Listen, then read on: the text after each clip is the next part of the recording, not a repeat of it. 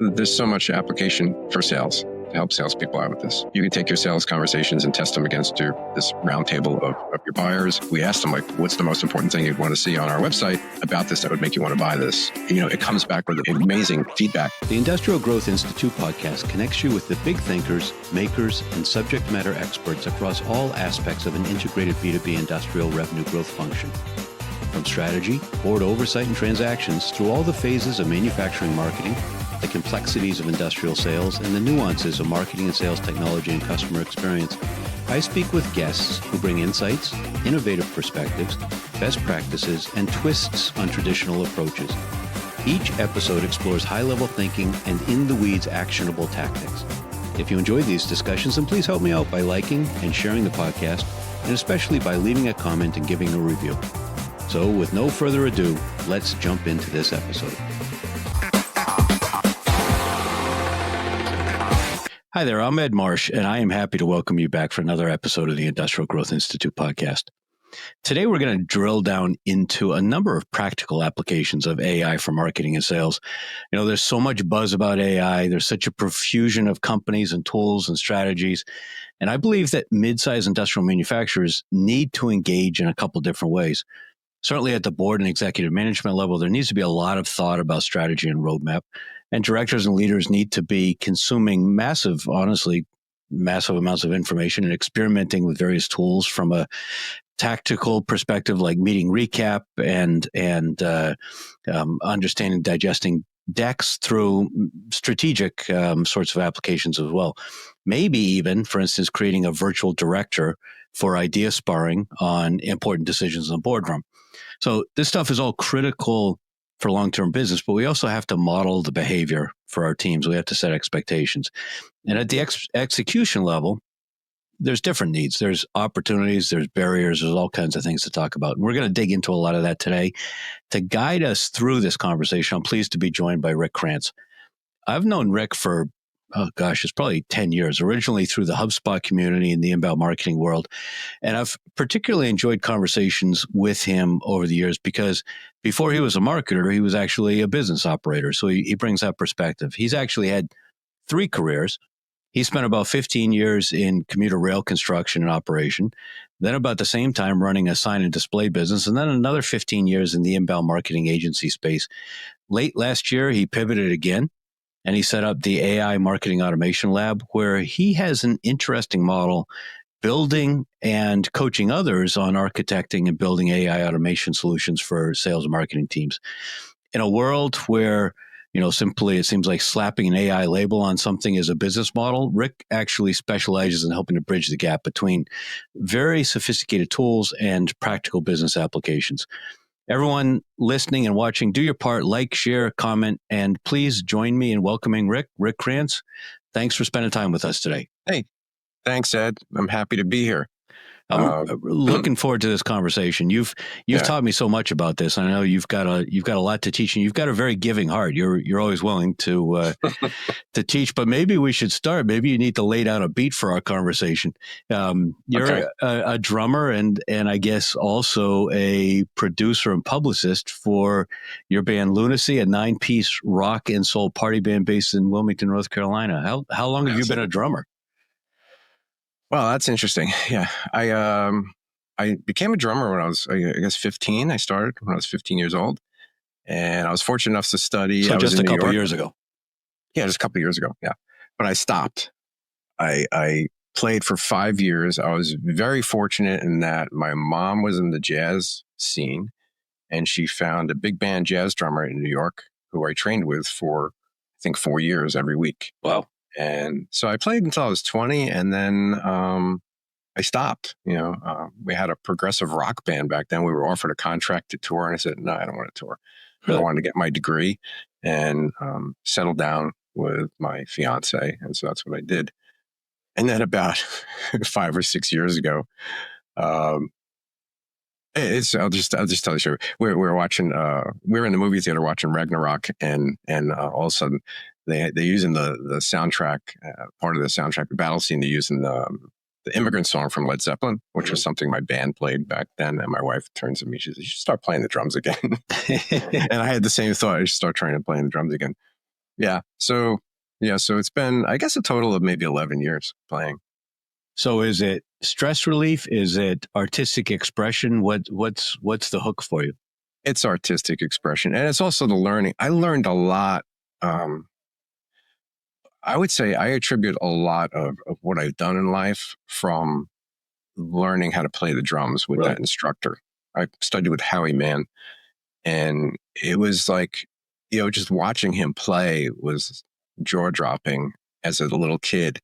And then him taking me from not even know how to hold a pair of sticks to be able to sight read big band charts and play them, was like, all of a sudden you learn that, as a kid, you learn, wait, if I put, an hour a day into something, I can get really good at it over time. Like, it doesn't happen instantaneously. So that was a really good learning experience. And I've taken that with me through life, and in different businesses I've created, and in different areas I've gone down. Yeah. But it's interesting. I don't recall ever hearing you use music analogies in any business conversation. You say you've learned from it. How do you see the overlap?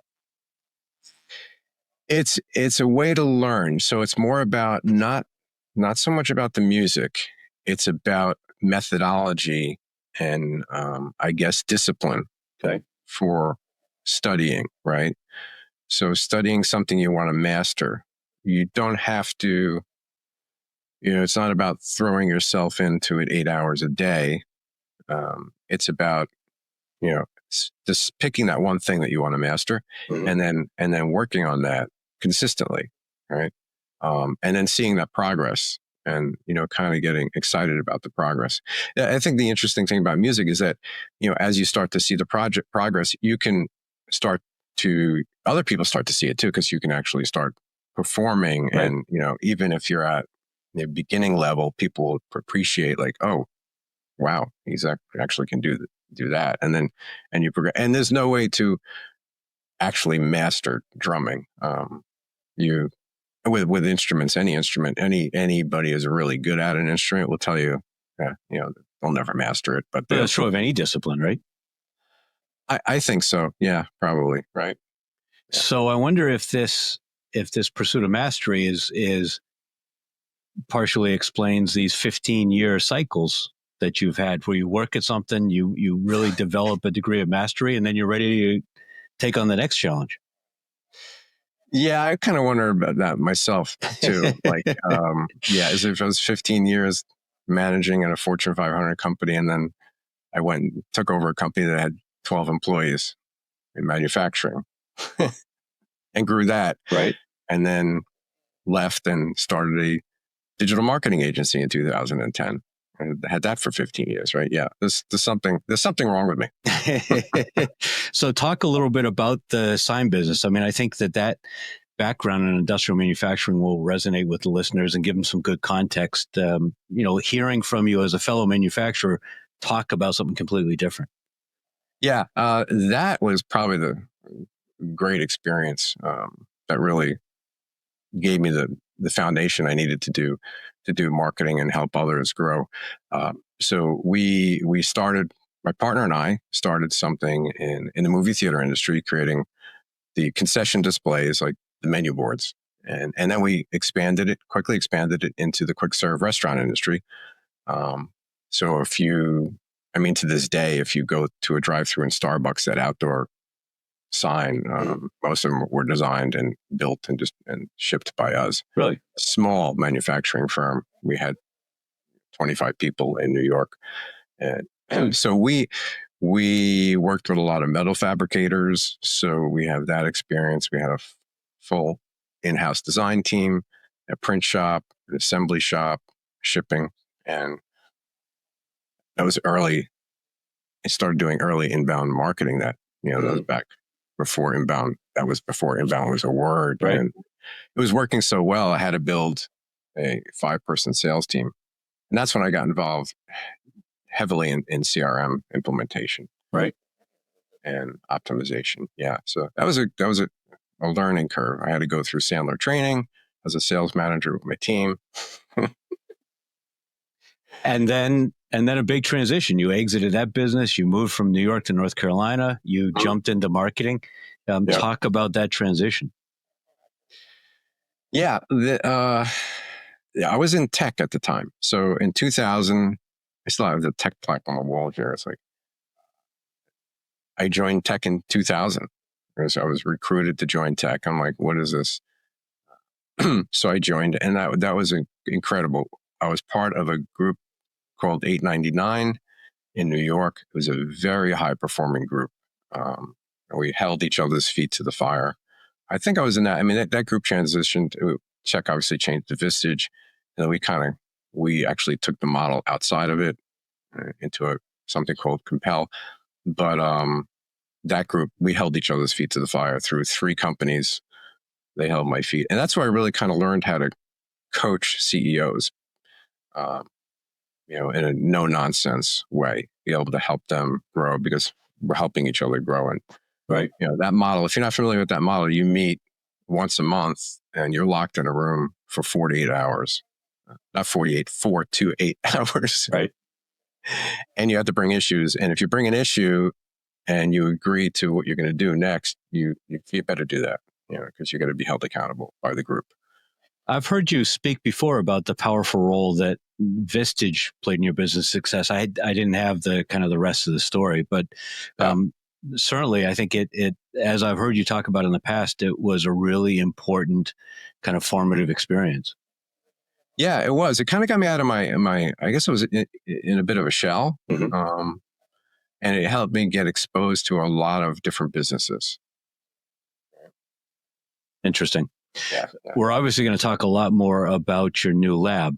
But I think an interesting thing that I'm seeing is a significant rise in recognition of the value of community and small groups. Yes. As we're all deluged with information and kind of this homogenized wisdom. And in essence, you've built this AI marketing lab, but what you're really building is a community. Is that the intention behind it, or is that just a byproduct of the way you found is best to convey the information? No, the intention was to build a community. The intention was, so it's something my daughter and I created. And it comes out of, my daughter has 15 years experience in working in marketing agencies and working with clients, right? Through various agencies, including the one that I started, plus some bigger ones. And better ones than the one I started. And I have, 15 years of doing that, more than 15 years because I was doing it before that, right. But then also doing a lot of sales enablement work. So for the last 6 years, I've been strictly focused on sales enablement work, working with sales teams. So as we're looking at the space and we're looking at what marketers and marketing agencies struggle with, and how things are evolving. And we felt that, okay, no one's moving fast enough when it comes to adopting AI and learning how to use AI. Right. Everyone's talking about you can prompt this, ChatGPT 4.0 came out with image generation, and you can make this prompt and you can get these little cute images, which this is fun and nice. But, okay, so you need to systematize this stuff, people are talking about, there's a lot of hype, and even really trusted people are giving too much hype. They'll say, okay, you can replace your art department now with this ChatGPT 4.0. No, you can't. I use because I do all the marketing and stuff for my band. I have subscriptions to every AI image and video generation platform that exists. Right. And some of them are really good. What I would say, though, is it takes a lot of time to get the stuff out of it, and it saves you time, but it's always best in the hands of an artist. So no, you don't replace your art department. It's right now, the stuff is awesome, but it's at the equivalent of what I would say when Adobe Photoshop came on, right? The CEO or the sales manager of the company is not going to learn how to use Adobe Photoshop. Right. Give it to the art department. Right. Give this stuff to the art department. They'll generate a lot faster, quicker, better, but it's best in the hands of an artist. Right. So we see these things happening. Plus, we also see that there's ways to systematize with AI. So, we've all been heavily involved in workflow building, especially in the HubSpot sphere and even Marketo and all that stuff. Like you build these automations, workflows. But there's always been the issue with creating these algorithms that you get to a point where you can only have so many branches, if this, then that, because some things are indeterminable. You just don't know what someone's going to write or submit and put in an email. But now you can put AI right there. So at that point where like you couldn't automate, now you throw AI into that, what I'll call an agentic workflow. And all of a sudden you can have a BDR department. So the great opportunity is for small, again, this is like, to me, goes back to when the World Wide Web came about, right? I used to do marketing. It would cost to do a marketing campaign before the World Wide Web for my small business, cost about $20,000. You had to get a photographer, you had to get a graphic artist, you had to do print, you had to get a printer, then you had to mail it out. Mail it. There was no email. Mail it out, right? It was at least $20,000. When the World Wide Web was launched, that came down to just a few $100s at most. So here we are again. So small businesses back then could compete, and now they can again. So you have a small business and you can't afford 3 BDRs. Well, yes, you can. You can build a BDR system if you know how to do it. But the other piece with small business is that they can't afford to have somebody who spends all their time experimenting with AI. And it feels like that's part of where the community has developed with your lab, that what you have is essentially a group of peers that come together with your coaching and guidance, brainstorming ways to use it, and then figuring out how to actually bring those brainstorms to fruition. Yeah, a good point. I'm glad you brought that up. It's the whole focus of the lab is there's all these red rubber balls bouncing down the street every day.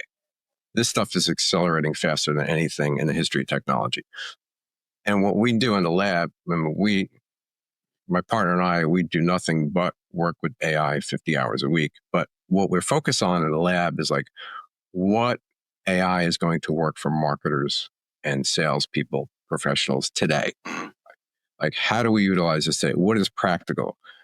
And so we come at it from that approach with the community. Like, here's what we designed. That's a practical tool, like the buyer's table.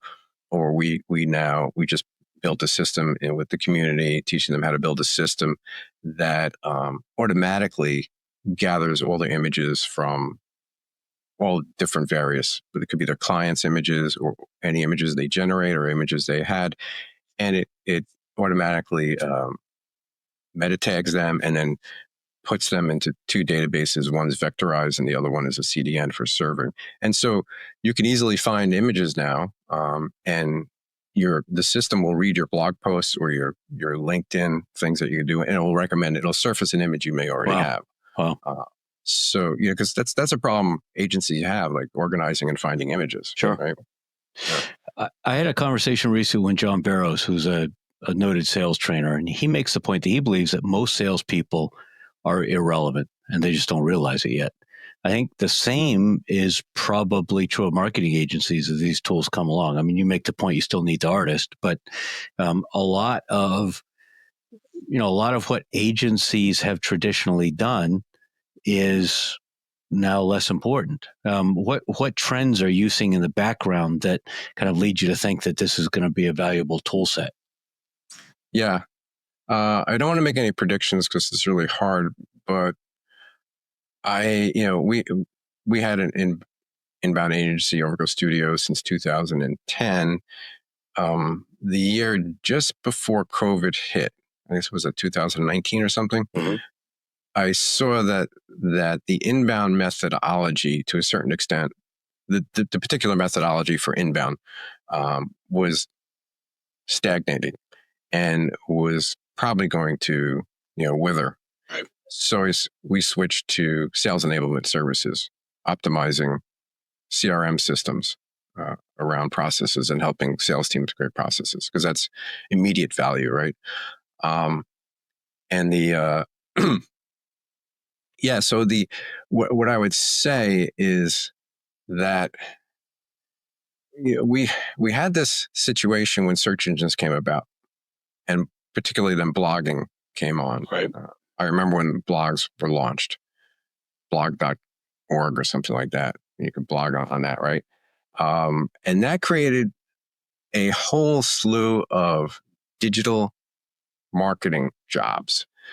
Now, before that, there was no digital marketing, but before that, marketing, when you worked with marketing people and marketing agencies, is highly skilled people in the world of marketing, like designers, photographers, layout artists, copywriters, right?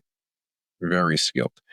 We created, in the digital marketing realm, when that came out, we created a lot of entry-level jobs. So it's great. We created these jobs. So now we have jobs for people that write blog posts.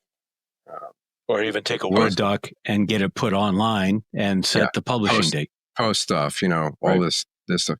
So I think AI is really good at taking over these entry-level things, but it's also making them obsolete in the sense that it was fun when search engines came out and we got this search engine now, and now I can type in something and it gives me a list of 20 different websites and I can go to them, right? And now I can look at that website and I can go through them and get information. The marketers were controlling that because, yes, Google or the other engines had their algorithm, but the marketers were manipulating the algorithm to get their website searched to the top. And then when you got to the website, they were manipulating the messaging. Right. And we all started getting tired of that. And Google realized it and it started giving us snippets, right? Answers. And now AI is giving us what we really want. So is this traditional playbook of SEO research and mediocre written content and forms on websites, is that content model dead? I don't know. I'm not an SEO expert. I used to be, but I got out of it because I thought it was too much dependent on Google. I don't think forms are dead, and I don't think inbound is dead because I think people are still going to be coming in warm to try to get information and make an appointment and things like that, right?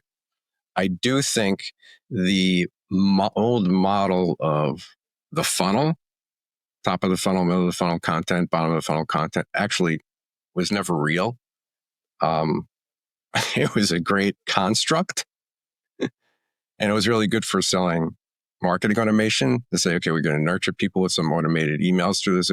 But through my experience of working with hundreds of companies and my own company is that the opportunities always came from people that came in the bottom of the funnel, meaning they were reading content that was buyer intent content, like comparison sheets and how do I work with you and things like that versus educational stuff.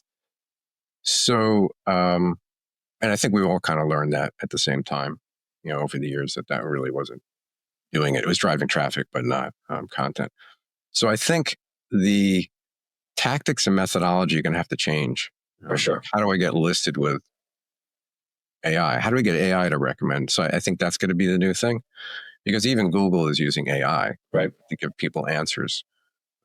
But even back when you started your agency in 2010, you weren't just focusing on the traditional blog playbook. I mean, you very heavily emphasized video right from the beginning. How did you sense that was going to be so important? Well, I missed that one. Yeah, I jumped in early. So there was, and this came out of, just quick story. This came out of a manufacturing firm. We were doing menu board systems for fast food. And I was one of the first ones to see a change coming with plasma screens. So, and there was a company called Scala that was doing signage software mostly doing it through malls and plasma screens. And I said, hey, wouldn't that be cool if we could create digital menu boards, right? I know I wasn't the only one that had the idea. I'm sure that there's a bunch of people had the same idea at the same time, but I jumped right into it.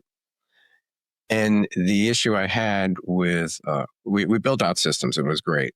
But the issue I had with selling them, my sales team is like, they took forever to explain them. They couldn't explain it to to the people buying it, it just took forever. It changed the sales cycle from 2 weeks to 3 months. Wow. And so what I did is I said, okay, I'm going to create videos. So I had to learn how to do videos, right? So I created videos to show what this stuff was. I gave it to the sales team and they loved it because it got them to a no, which you're going to get to a no right away. It got them to a no within a week. Right? So we got the sales cycle back down. And then when I left, my Vistage group said, you're really good at that. Why don't you start an agency and create videos for people that are trying to explain their services? So I did, and that was working. And I created this leasing model, right? And then one of my first client said to me, he said, hey, no one's watching my videos. And I said, yeah, I told you no one's going to watch your videos because you have no traffic coming to your website. And then he said, can you get me traffic? I said, yeah, I'm really good at getting traffic. Why don't I do that? Got it. So that's when I made the switch. And then I discovered HubSpot because I got to a point where he got so successful, that first client, he kept telling other people about it. And I realized that I just don't have the bandwidth. Again, there's no way to make this profitable because I was duct taping everything together to make it work. But what strikes me is I can see where the marketing, particularly in the industrial space, isn't necessarily intuitive, particularly as it's expanded into digital and all these other tools.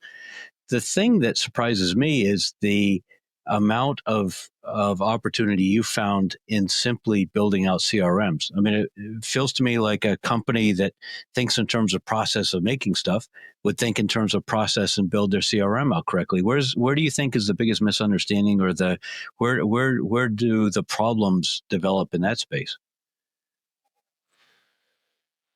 Yeah, it's one is low adoption, right? So I have experience with the most complicated CRM system on the planet, which is Microsoft Dynamics, back in 2007. And we customized it to run our entire company, not just sales.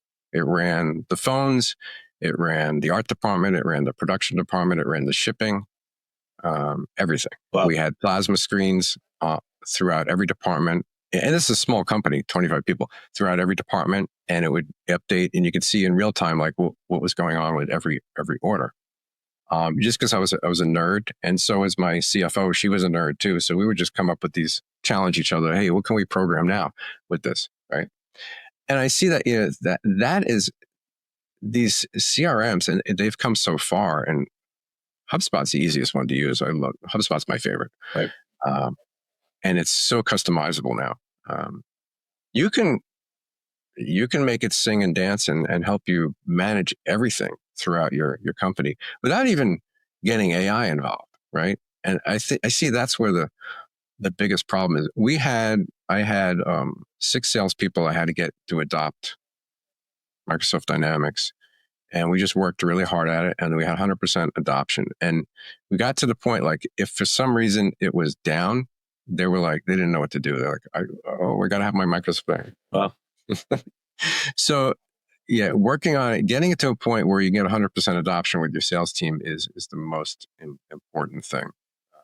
But in order for the sales team to adopt it, it has to be a worthwhile tool. It has to be set up in a way that helps them. And it just seems like so many companies kind of take it out of the box and somehow assume that it's going to work. Yeah, there's there's a sense that I bought this, right? So, especially with the bigger ones like Microsoft Dynamics or Salesforce, because bigger companies look at them. Well, that's what the other successful bigger companies have, right? So I'm going to get that, and then they get that, and then no one uses it, right? I found really low adoption with Microsoft Dynamics these days, and Salesforce is easier to a certain extent, and then you get much higher adoption with HubSpot because it's very simple to use, but still they're using it at a basic level, not really taking advantage of all its bells and whistles.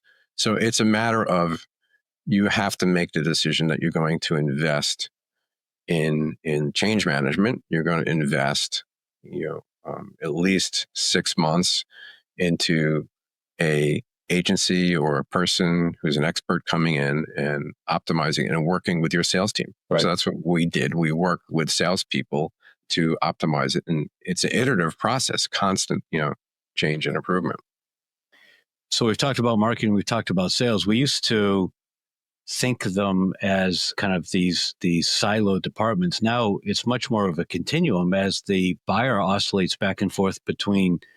We think of it as two functions. They think of it as their relationship with your company, and some of the statistics that I've mentioned here before, but really I think explain this. Buying teams are often 10 people. 70% of the vendors are on a short list before. 70% of the vendors on a short list were known to the buyers before they began a project. 70% of the time, the top company on the short list gets the order. Over 80% of the time, the first vendor or prospect contacts gets the order. 86% of the time, the spec the buyer created on their own never changes, even once they start talking to other vendors who think that they can influence it. So if you're not known, we used to call it branding. Now maybe it's trust or relationships. But if you're not known before a company has a project, you have a really small chance of winning a deal. And your team is not going to get to just kind of parachute in and change the requirement because you've got some feature that you think is important.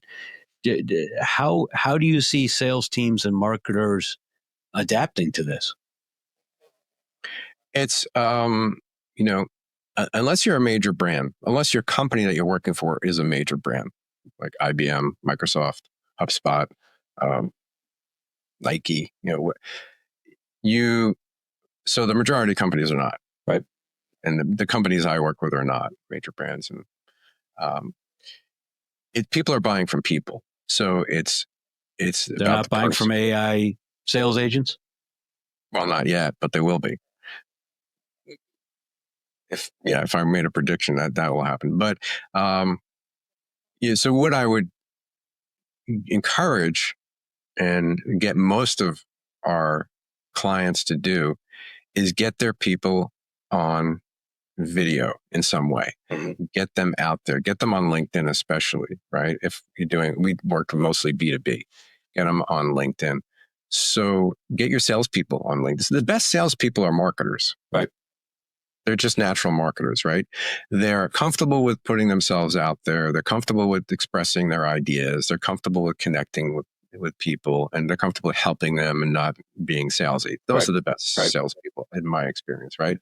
And so you're getting out there and been successful with that with several clients who had people that weren't reluctant to get on videos. So do videos, do something like this. Get two of your salespeople on this, having a conversation, right?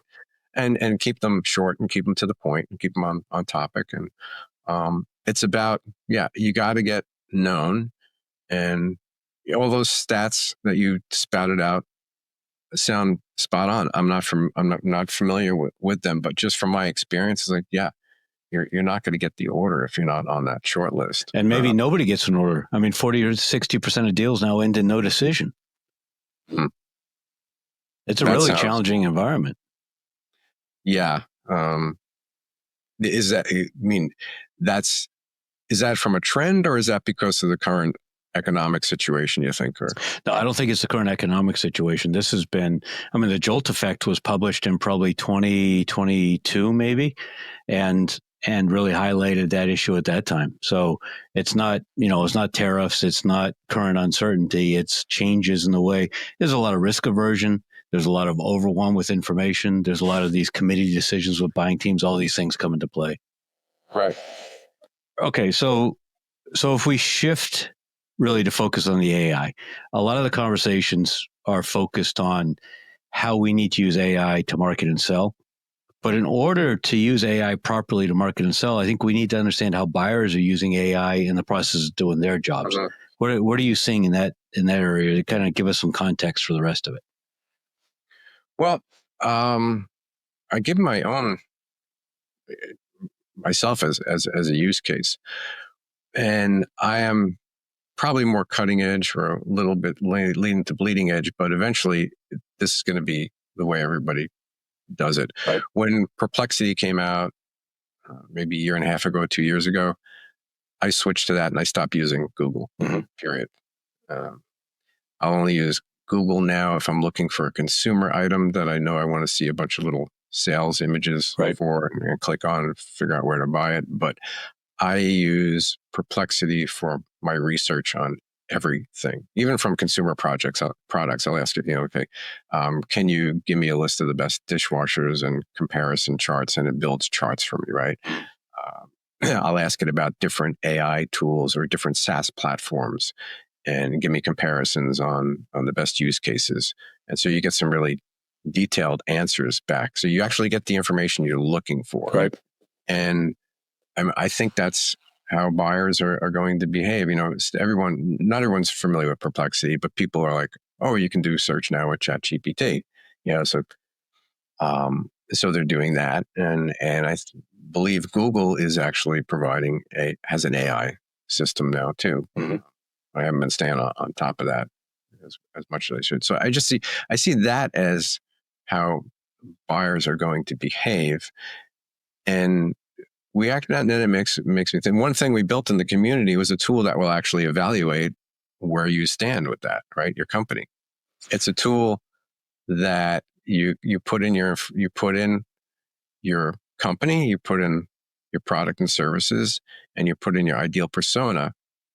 And then the system uses several different AI platforms, and it anonymizes who you are, but it acts as if it's your persona searching for your product or service.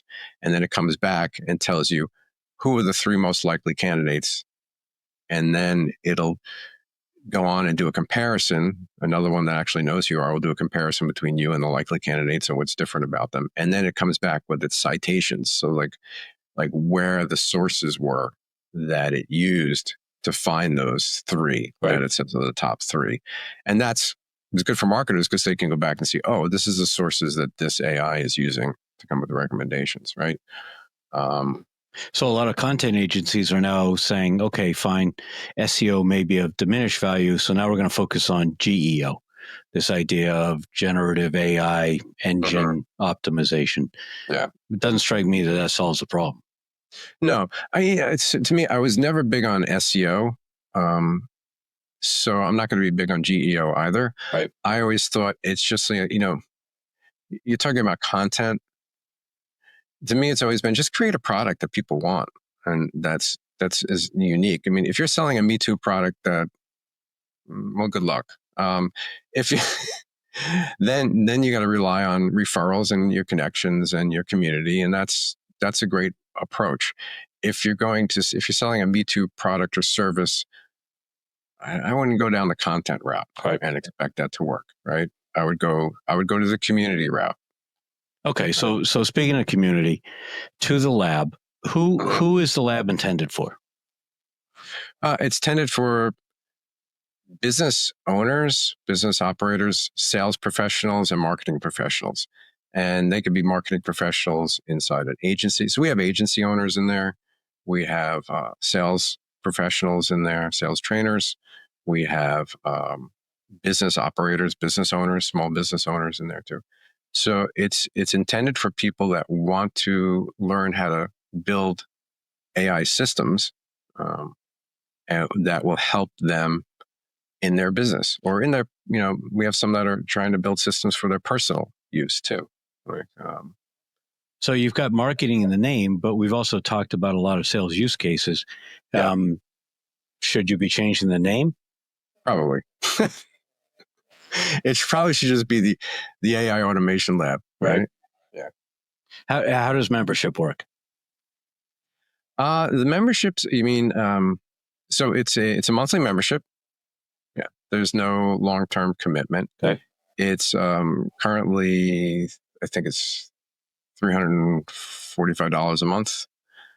We have, which gives you access to everything we've already built, like templates. And there's a huge number of those. I mean, there's a lot of stuff you can download, and then the team talks you through how to tweak it for your requirements. Yes. But what people say, and it's a small community, right? So, and we want to keep it small. because it's very hands-on.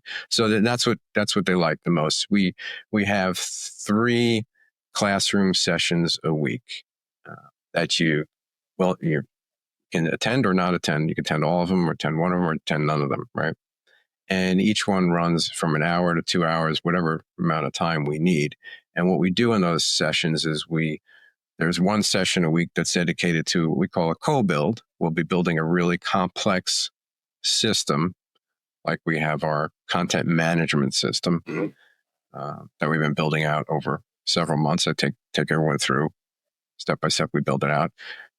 We just finished building our image system for them, and then the other 2 sessions are for troubleshooting. So you can bring whatever you're working on, your own ideas, and Kelly and I help people troubleshoot that and make sure it works. So, and that's what people actually get the most value out. And we talk about, like, we have conversations like this. So they ask, like, hey, what should I do marketing wise? So, we do leverage our marketing experience and sales experience and help them understand what not to do. Yeah, I know one of the frustrating experiences that I've had is I have an interesting idea. Somebody talks about an interesting tool. I go in, I spend a little bit of time trying to learn my way around it. I start to try to build it. And then there's some little switch somewhere, or there's some connector to another platform that's necessary to then make it live, or some small thing just interrupts my ability to actually get it done. And then I get pissed off and frustrated, and then I've wasted enough time at that point. And so then I forget about it. And, I've got a lot of things close and very few things actually finished. And that's one of the things that I particularly appreciate about the lab is the expertise and the willingness to look at something that I've worked on, offer tips on how to improve it, but also just help me actually finish it. Yeah. Yeah. I think that I've heard that echoed from other members too. I'm pretty much a troubleshooter. Like, I don't accept roadblocks. So somebody comes in and says, I can't get this to work. Well, then I figure out, okay, what is that one connection? What is that one field that's messed up? Or a lot of the times, it's just, okay, we got to step back and we're going to take a different path, right? So let's go back to the fork in the road, because when you design systems, there's always a fork in the road where you can go this way, that way, a multitude of different ways. So we roll it back and we go another way. But we always get it working at the end of the day. And so with this library of templates, people can download it, but you've also got great videos that talk you through kind of how to adjust it, how to tweak it, how to make it your own, how to customize it for what you're trying to do. Yes. Yeah. Yeah. So there's a library of videos for each build that we do, library of videos. And we try to focus on stuff that's practical, right? That you can do today, use today, right? And I think another thing that's cool from my perspective is the community aspect of the brainstorming of the apps and the solutions. So you can collectively figure out the best way to do it. And then there's the hands-on support. Again, when I've tried doing something with Replit, for instance, and bought a subscription, set up GitHub, did all these pieces, and I couldn't get it quite done. And so, to this point, with small businesses where you've got a marketing person or a sales ops person, they're trying to figure out how to incorporate this stuff. It's all for naught if you can't actually, in the end, figure out those pieces to actually make it work. So it's bridging the practical and the theoretical. Yeah, I think so. I think it's really, it would be great for, the intent was for marketing agencies to be able to send one of their staff to learn, how to use AI in a bigger way, right? Learn how to systematize it so that you're working with it. It works with your agency. It works with the people in your agency. Like our content management system. It's not something that just spews out AI slop. Right. It actually manages content for you, and at different steps, it can get approvals from different teammates.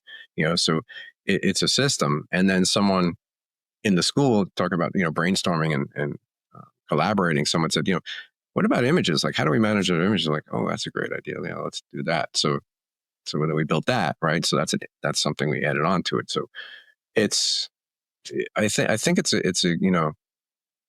a good way for agencies to learn how to adopt AI in a very systematic way and use it throughout their agency with their people. But the way you've set it up, somebody who's an in-house marketer can come and do the same for their own business. They're no longer dependent on an agency to figure it out.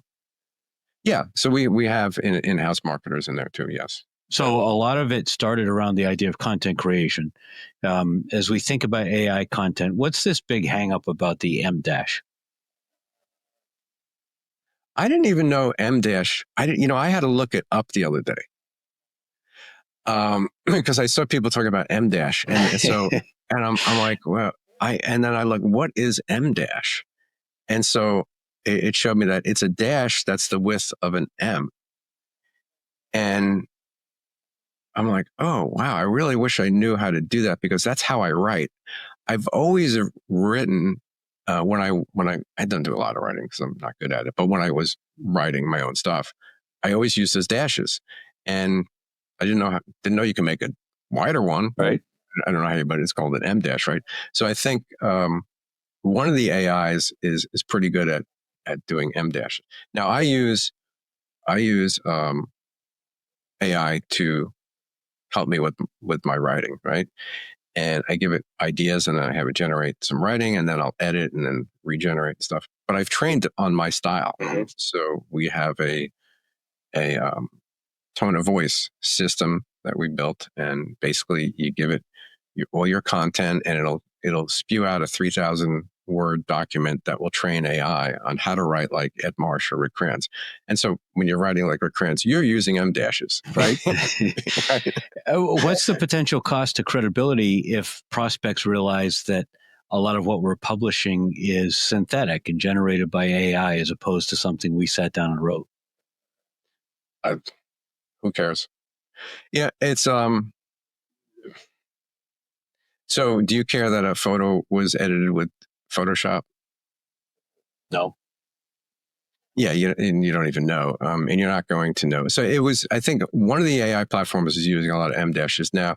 The best AI, I forget which one it was, and I don't want to be wrong and say it, but now the best writing is Claude Opus. Claude Opus writes like a human.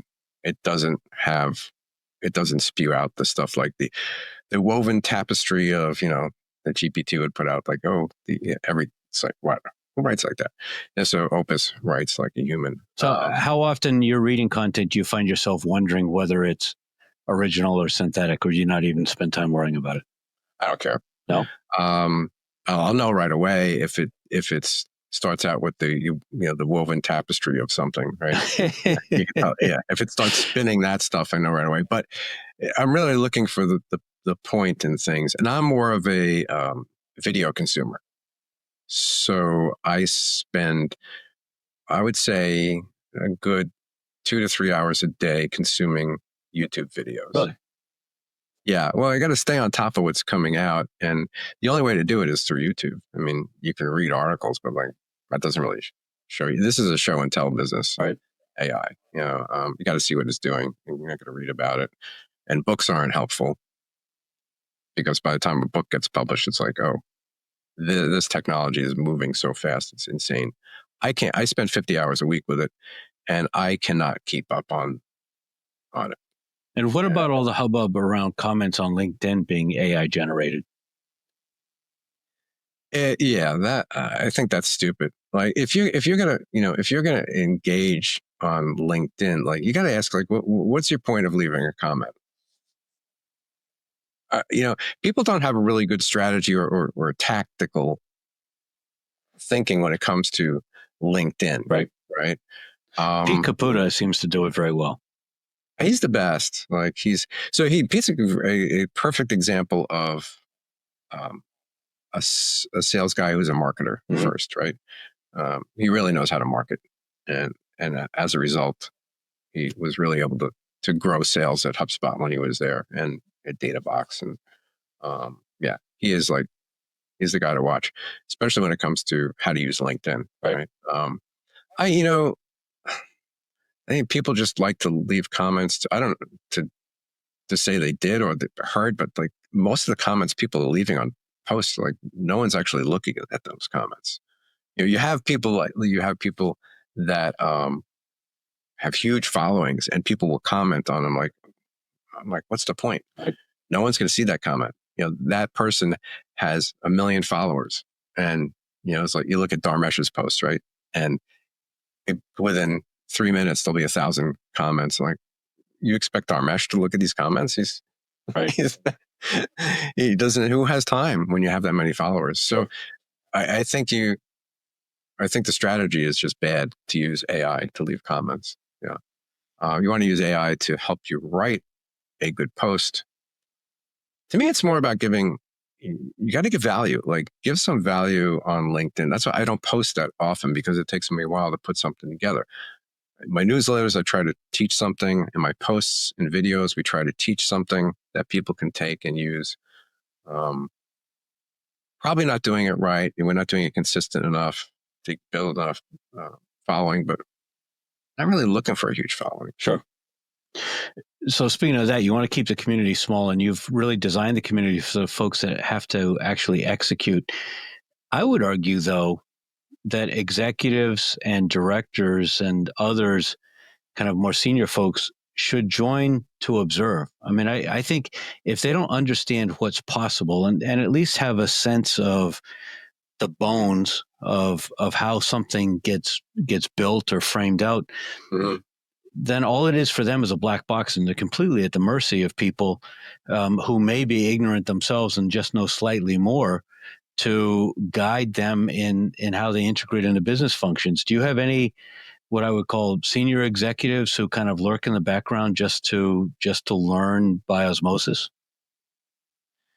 We have 2 agency owners, so of decent sized agencies, but they're active, right? So and I think that's a good point you make, because you even if you're just lurking in the background, you can get an understanding of, oh, this is what could be done, right?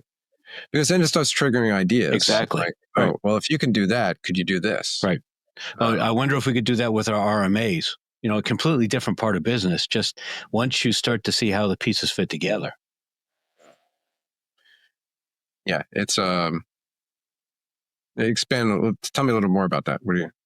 Well, I just use that as an example, but my point is, if an executive comes and sees how it can be used to facilitate the entire management of the content creation process, then that would perhaps trigger ideas about how, holy cow, I hadn't understood that it was capable of this. I'm thinking about this other issue we've been wrestling with in a completely different department, something in shipping or something in processing RMAs or whatever the case may be, processing expense reports or something like that. Yeah. I wonder if we could build a system that would help us there. Yes. Yeah, it would be helpful. There's too much hype around agents, AI agents, and people debating, well, what is an AI agent? Independent, they make decisions on their own, and people are thinking, there's so much information out there, and it's not all misinformation, but it's misguided. Because what you really want to build when you build a system is something that has guardrails on it, right? You don't need an agent that's going to make all the decisions for you. I mean, maybe that'll come someday. Maybe it won't. But right now, there is enough ability to build these agentic workflows that have guardrails so that it can't make a mistake, and it will work 100% of the time. You're telling it exactly what it's allowed to do, what it's not allowed to do, and it passes it on to the next player. And you can always have a human in that loop anywhere. And these are the systems that we build currently, and that would be very beneficial for senior executives to come in and see, like, oh, shit, I could do this with it. Right. And they don't have to understand how make.com connects to whatever the other tool is and what boxes get checked and all that. But just to conceptualize how it works, then they can, again, figure out other applications for it. I saw some interesting data this week that essentially it was a report that ran a debate exercise between LLMs. In some cases, different LLMs. In some cases, the same one, same model.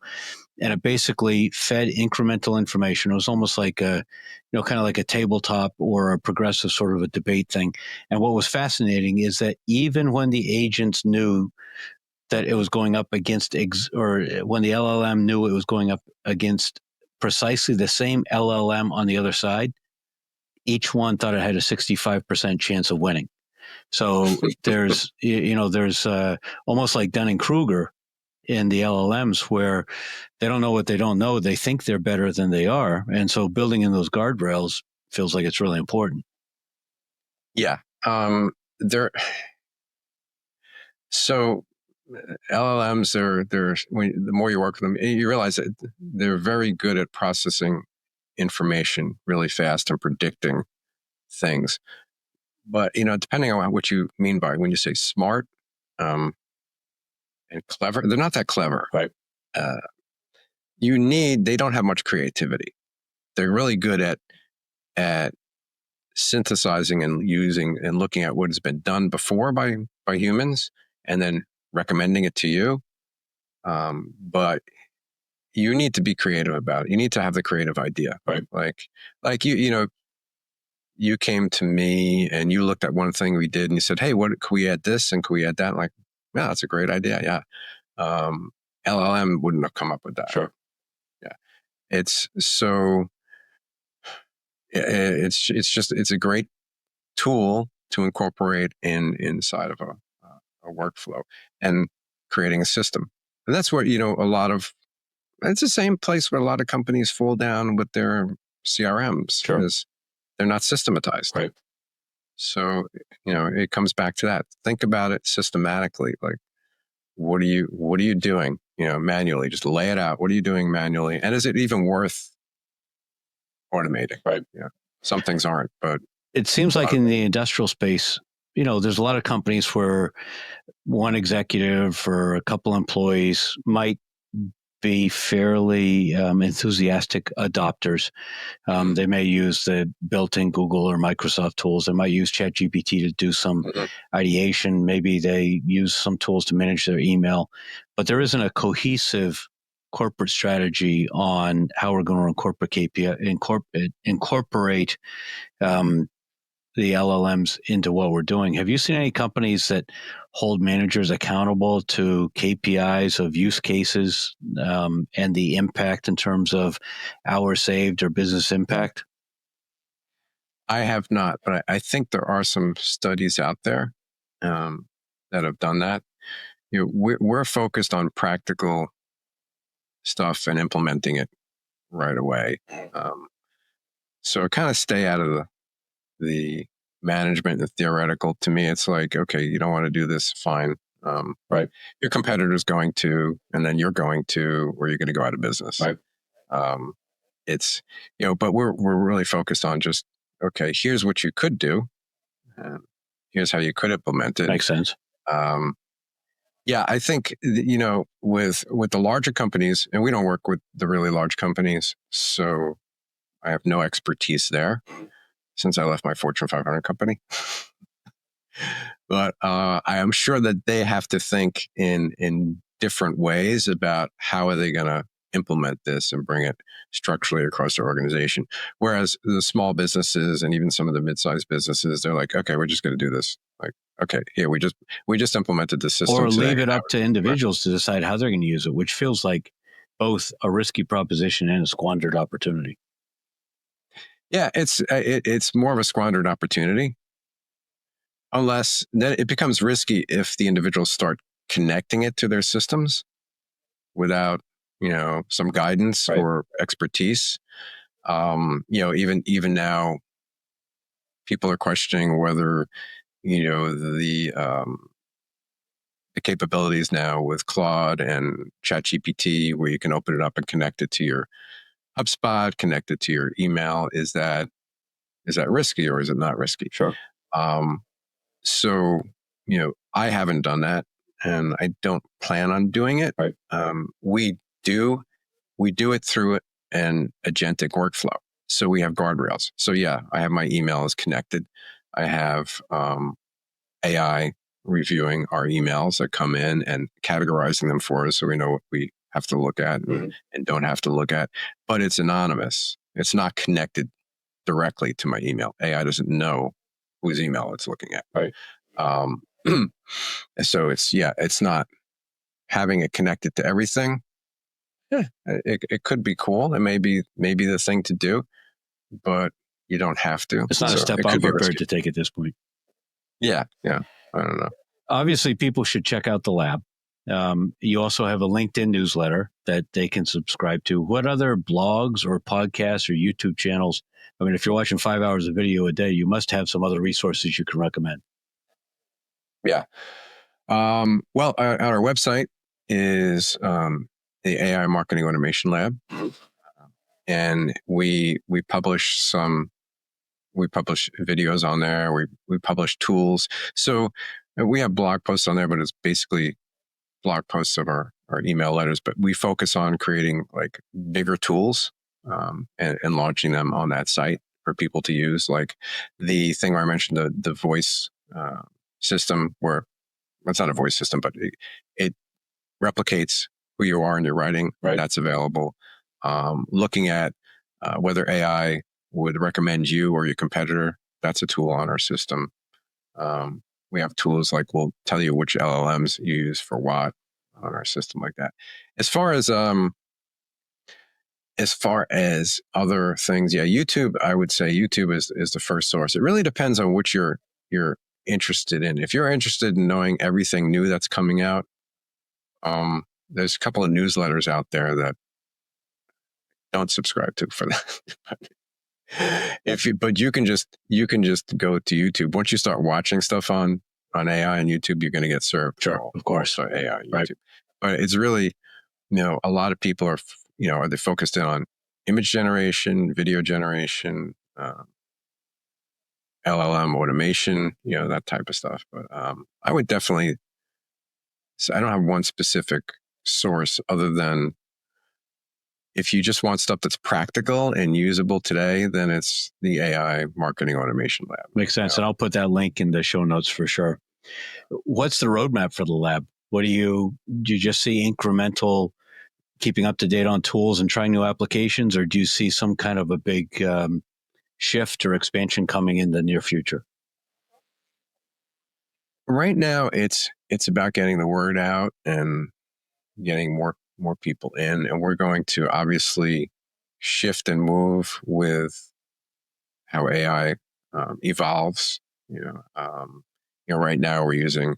You mentioned Make, which is an automation system like Zapier or N8N, which are good systems for being able to set up guardrails and also implement AI into your automations. These systems have been around before AI, and been very reliable.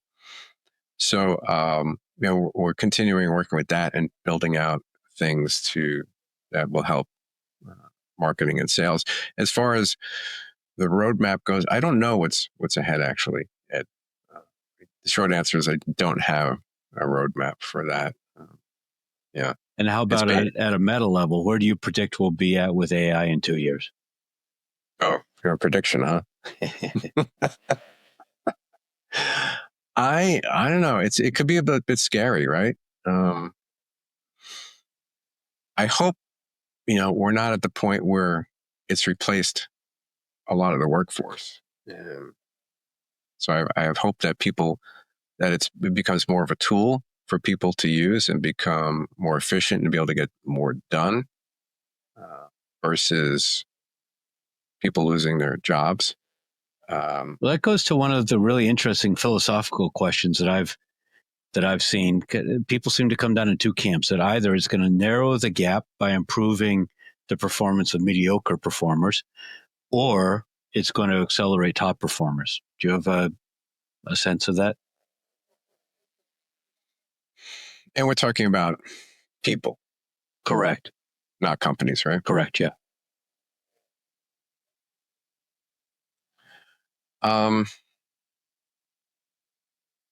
Yeah. There's several ways to look at it. Like the way we approach it from a systematic standpoint, it's going to be very small percentage of people from that standpoint. You're going to have a the mind for data management, right? The way we're using it. So the people that are natural programmers will do very well. People that understand how to solve puzzles, and they like doing that, and doing writing SOPs. If they adopt this, they'll be very successful. Mm-hmm. But then outside of that's just my little realm, right? Outside of that, I think artists could be really successful, like graphic artists that are selling their services to marketing agencies, or selling their services to companies or inside marketing agencies. They will do very well if they adopt some of these tools. I mean, if they're using Photoshop, then there's no reason why they can't learn how to use some of these more advanced tools, right? Like OpenArt and things like that can do crazy image generation stuff. So I think they'll do well. My prediction is going to help top performers differentiate themselves even further. I mean, I think that initially, people who didn't take the time to carefully read emails or to write appropriate replies benefited from it. Suddenly, they look more engaged and more attentive and more competent than I was accustomed to seeing them. But I think that was a brief sort of a surge, if you will. And I think that now, as the tools are evolving, the real opportunity is for folks that are going to be very thoughtful and cerebral and aggressive and creative in how they incorporate it into their work. And I think that's going to further differentiate the top performers. Yeah. We'll see. That's my call. Yeah. I think you're right. Yeah. I think, I was watching an interesting, podcast on somebody who thinks very intellectually about this, in deep, and he was saying that, and I forget his name. I apologize. I should have had that. But he was talking about how we're using AI wrong. Like a lot of people use it to summarize stuff. Mm-hmm. And he said, really, the best use for AI is to dig into things for us, because we don't learn from summaries. We learn when we have to dig in to details. Yeah, tell me what's wrong about it. Tell me what I'm missing. Tell me 12 things that I should have thought about that I haven't thought about yet. That kind of challenging your thinking and your understanding. Certainly, there's a lot of power in that. Yeah, yeah. And most people aren't doing that. Right. Well, most people don't want to do that. They haven't done that with their human colleagues. I mean, they haven't wanted to, don't bother me with these other things. This is what I want to think about. And that's it. So it makes sense they're not going to turn to technology to do what they don't naturally want to do anyway. Yeah. So I think people that are naturally inquisitive are going to really do well. Right. Yeah, that makes sense. All right, Rick, how do people get in touch with you? All right. It's Rick at AI-marketinglabs.com is email address. Okay. You can find me on LinkedIn at Rick Kranz, at Rick Kranz. I'll put a link to your LinkedIn profile in the show notes too. Okay. And you could, those two ways to find me. And our website is is AI-marketinglabs.com. Okay. It's not an M dash. All right. Wrap us up. Give us 3 minutes on how small and mid-sized companies need to begin to incorporate AI into their marketing and sales, how they begin, how they build the muscle, and what you anticipate the payoff will be. Yeah. Okay. I think the way you need to begin is to look at your processes. Like look at what work people are doing that's not creative, that doesn't need the creative mind. There's a lot of busy work inside of agencies, right? There's a lot of writing boring blog posts that don't necessarily require, somebody that is capable of writing an interesting novel, sure. Right?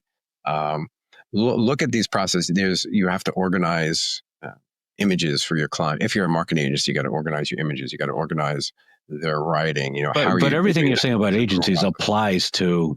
I mean, if small you're marketing, businesses too. like say you're running a marketing department, Right. right? And it applies to small businesses, right? Look at all these processes. Look at you're a small business. Look at, can you afford to have a content creation department, right?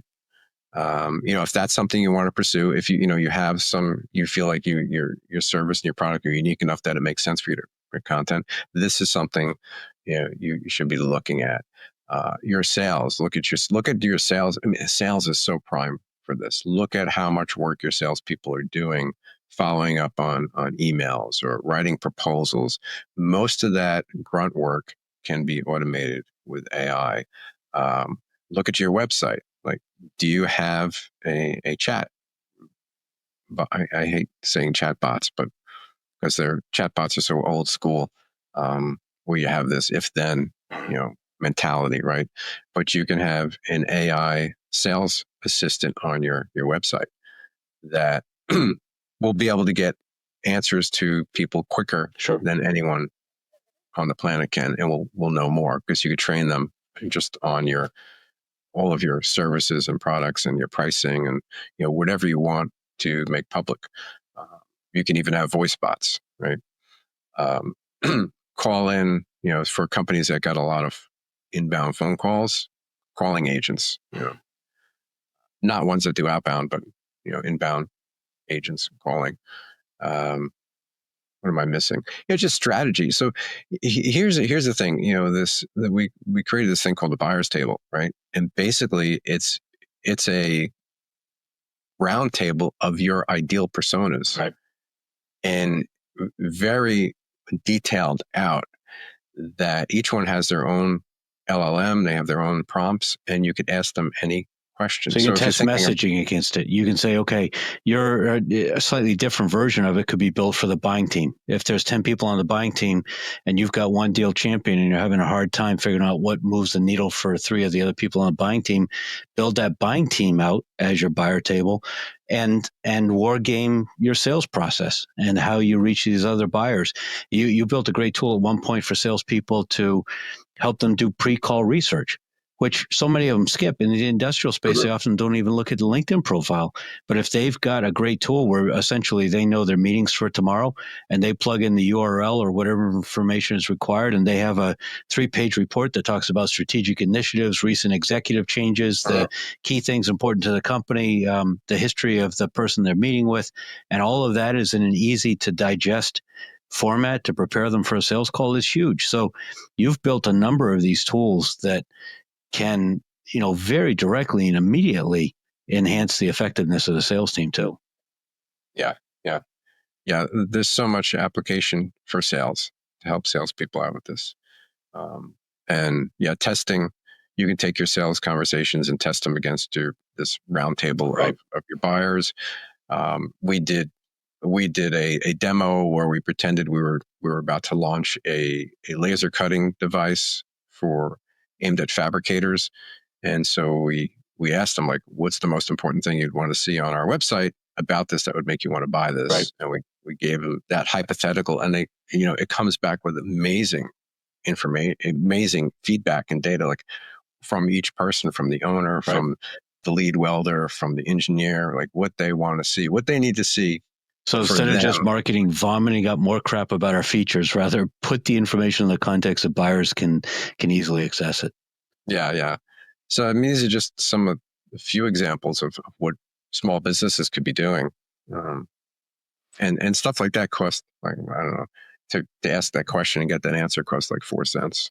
Yeah, except for companies that don't know how to build it, they got to go and pay somebody 10 or 20 grand to build that for them. And that's the beauty. That's the value proposition of the lab, to not only get the ideas, holy cow, we hadn't thought of using it for pre-call research. Great. So that's a huge value, conceiving of that use case. But then coming in, having the template, having somebody to look over your shoulder and guide you to adapt it to your specific requirements and start running it that afternoon, not paying 20 grand and waiting a month for somebody to custom build it, but just, being able to implement these things quickly. It's hugely valuable.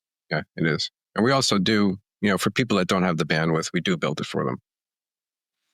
Then, of course, I believe the problem is they don't understand. Again, they haven't seen the framework. They don't have a sense of what's possible. They can't then take that and iterate and conceptualize how to use it in other parts of their business.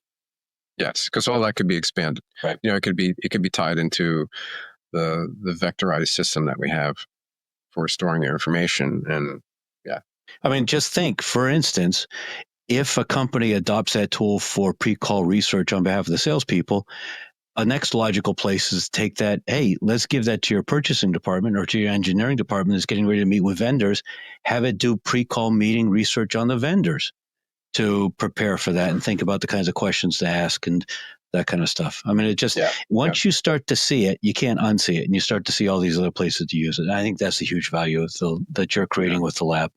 Yeah, that's a great connection, Ed. Cool. Great conversation, Rick. Thank you so much. We wandered a lot, but I think in aggregate, this is really powerful. Yeah, I did wander around a lot. Sorry about that. No, it's my job to keep us going to a place that I think is going to be interesting. So hopefully everyone that's listening and watching finds it interesting. Please pay it forward with a quick like or share or comment. And I'll make sure that if there's comments or questions that Rick or I jump in and answer them. And by all means, everyone, please subscribe. And I hope you'll join me again next week for the next episode of the Industrial Growth Institute podcast.